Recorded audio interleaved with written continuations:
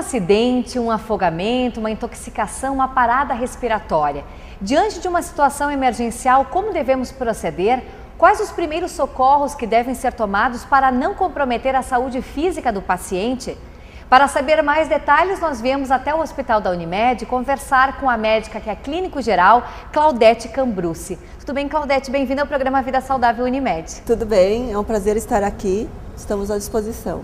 Doutora, qual deve ser a primeira abordagem à vítima antes da chegada do médico? O que fazer para manter os sinais vitais e evitar o agravamento da situação? Porque a pressa, ela pode ser uma inimiga nesse momento. Com certeza. Eu acho que temos vários tipos de acidentes e, em primeiro lugar, a gente sempre tem que cuidar para não se tornar mais uma vítima nesse acidente. Por exemplo, se você estiver diante de uma vítima de choque elétrico, primeira coisa, a gente tem que desligar a energia ou de alguma forma tirar o cabo que esteja desencapado, porque senão você vai se tornar mais uma vítima do choque.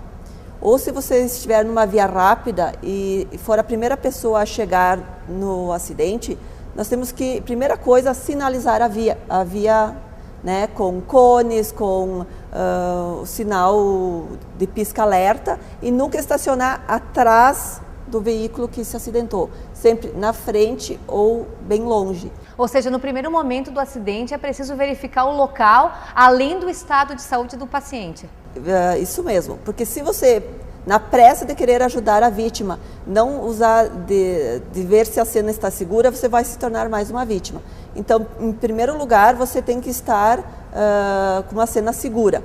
Então, no caso dos acidentes, além de chegar, ser a primeira pessoa a chegar, você tem que colocar o seu veículo de uma forma que fique de segurança, tanto para a vítima que está no local e para você.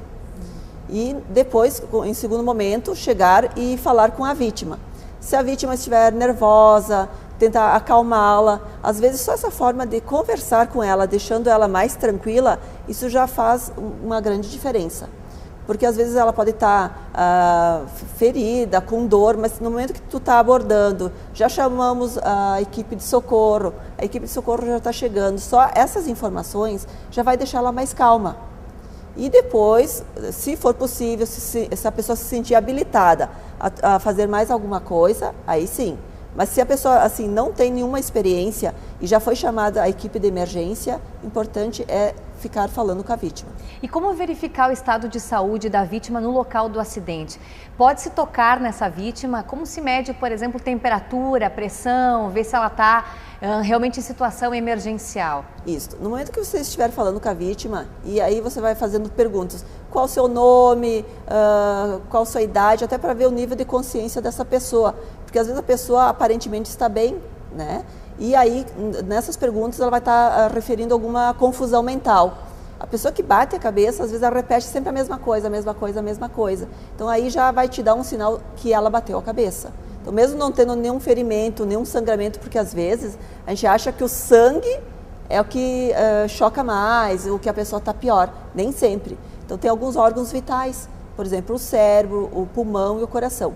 Se tu chegou no local do acidente e estiver falando com a vítima, a pessoa consegue falar, então tu está vendo o sensório dela, que é os sinais neurológicos, tu já está vendo que ela está falando, que ela não está com dificuldade respiratória e provavelmente não está com nenhuma hemorragia mais grave, porque a pessoa que está com alguma hemorragia não consegue conversar. E pode-se tocar na vítima? Ou é melhor esperar o médico?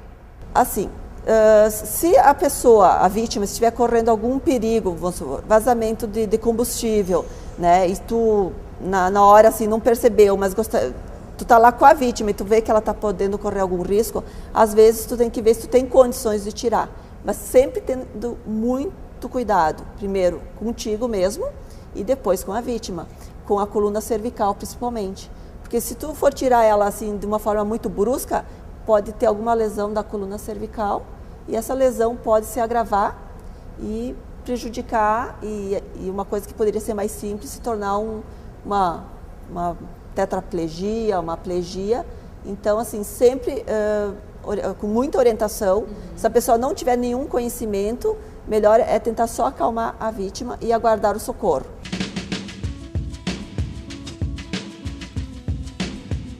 tem que ver se ela está respirando. Como é que a gente vai ver se a pessoa está respirando? Chegando próximo à vítima, tentando escutar, colocando também os 2 dedos, né, o indicador, né, e o terceiro dedo, a nível do pescoço, para tentar sentir a pulsação. E aí, se possível, às vezes retificando um pouquinho, com muito cuidado, a cabeça, porque às vezes a cabeça fica muito caída. E isso dificulta a passagem do ar. Então, no momento que tu chega na vítima, tu vê que ela tenta conversar com a vítima não conversa, aí com muito cuidado tu tenta elevar um pouco o queixo para ver se ela consegue respirar melhor. E se ela estiver em estado de choque?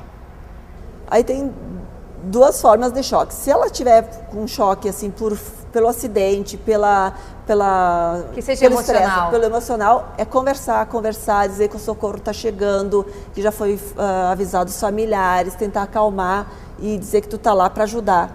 Isso é muito importante, isso faz muita diferença.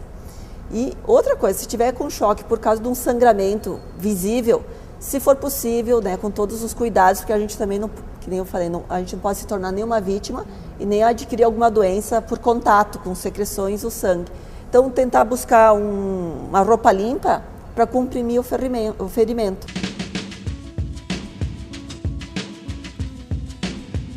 A imobilização de fraturas é um pouquinho complicado, porque às vezes a pessoa está dentro do veículo. Então, para tirar essa pessoa de dentro do veículo, tem que ter todo um equipamento que bombeiros, o SAMU, as equipes de emergência têm todo o equipamento, que seria a tábua rígida com colar cervical.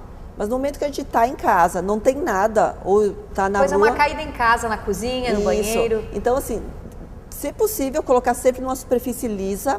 Se tiver alguma tábua até de passar roupa, alguma coisa assim bem rígida, daí a gente coloca aquela pessoa deitada em cima e amarra ela, pode ser até com lençol ou toalhas, para ela não se movimentar. Então, sempre deixar ela em superfície, quanto mais rígida, melhor.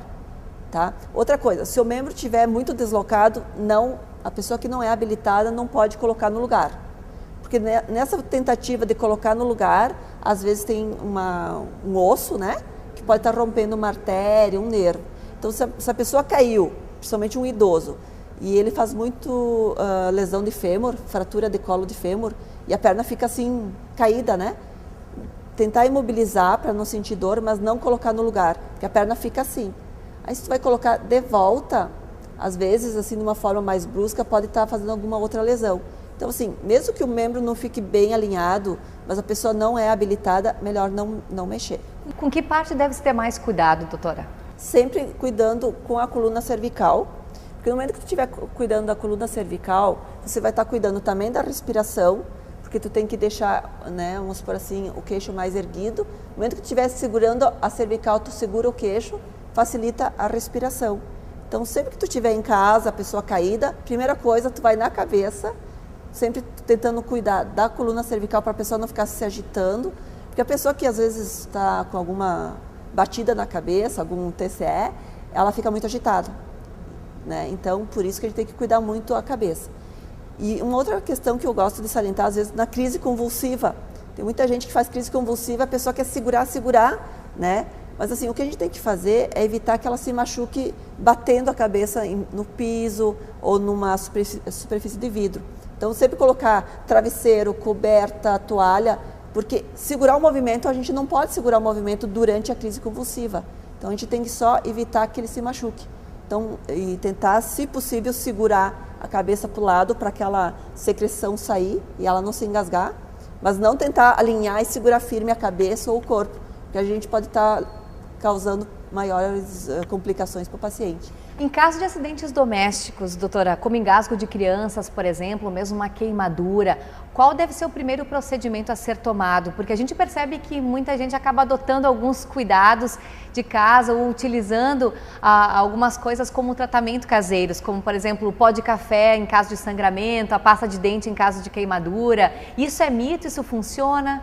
Bom, isso na verdade não funciona e prejudica, porque no momento que tu tiver uma queimadura, o importante é usar água da torneira, vamos supor, queima no forno, queima com o vapor da água, coloca a mão embaixo da torneira, água corrente. Aí se a dor for muito intensa, estiver muito avermelhado, tu enrola uma toalha úmida tá? E procura atendimento no plantão, tanto para analgesia como para usar tratamento adequado.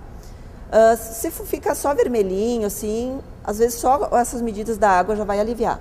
Agora, se formar bolha, que a gente chama queimadura segundo grau, ou se ficar assim bem mais escura, esbranquiçada, então também tem que procurar atendimento, né? Mesmo que tu use a água, não vai resolver, porque às vezes tu tem que até fazer um debridamento daquela pele, porque no momento que ela queima e fica branca, tipo uma cera, isso aí pode criar depois, embaixo, alguma infecção. Então, assim, passou do vermelho, criou muitas bolhas, tem que procurar atendimento médico. E no caso de engasgo de crianças? Tá. No caso de engasgo com crianças, temos duas coisas. Crianças muito pequenininhas que se engasgam com o leite, nós temos que tentar fazer o reflexo do vômito, porque às vezes aquela secreção fica, né? Então, com muito cuidado, tu coloca o dedinho na boquinha para ver se ela faz o reflexo. Se ela tá assim, tipo assim, muito engasgada, às vezes tu tem que botar, bebezinho, né? Virar de barriguinha para baixo, tá?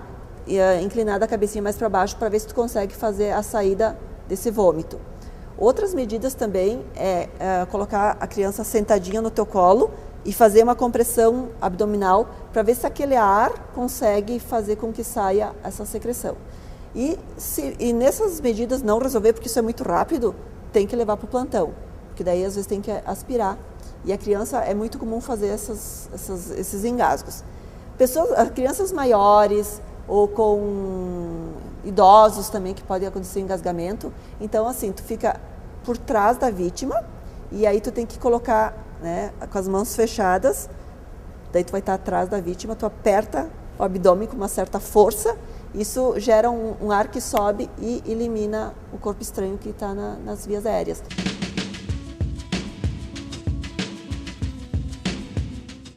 Tu tá com o teu familiar, tu já conhece esse familiar. Então, começa uma febre assim até 38, 38,5, mas se for criança ou adulto também, mas estiver se alimentando bem, estiver brincando, estiver fazendo suas atividades normais, a princípio a gente não se preocupa. Agora, quando a criança começa a ter uma febre, começa assim a não ceder com antitérmico de uso habitual e a ficar assim, não quer comer, começa a urinar pouco, isso nos preocupa, porque daí são sinais de desidratação ou que uma infecção está se agravando. Então, sempre prestar atenção. Está se alimentando, está urinando, está muito sonolenta, não está fazendo suas atividades, tem que levar para o plantão. Então, a febre é um indicativo que no início pode ser uma coisa mais simples, mas no passar do tempo, 2, 3 dias, a gente tem uma tolerância de até 3 dias se a criança tiver com sinais outros normais, respirando bem, comendo bem, urinando bem, tudo bem. Mas começou a alterar algum desses sinais, tem que levar para o pediatra ou para o plantão. Tá certo, doutora. Muito obrigada pelas explicações. Até a próxima. Eu que agradeço, estamos à disposição. Obrigada. Eu conversei com a doutora Claudete Cambrucci aqui no programa Vida Saudável Unimed. Obrigada pela sua audiência. Nos encontramos na próxima edição, sempre com novidades para você. Até lá!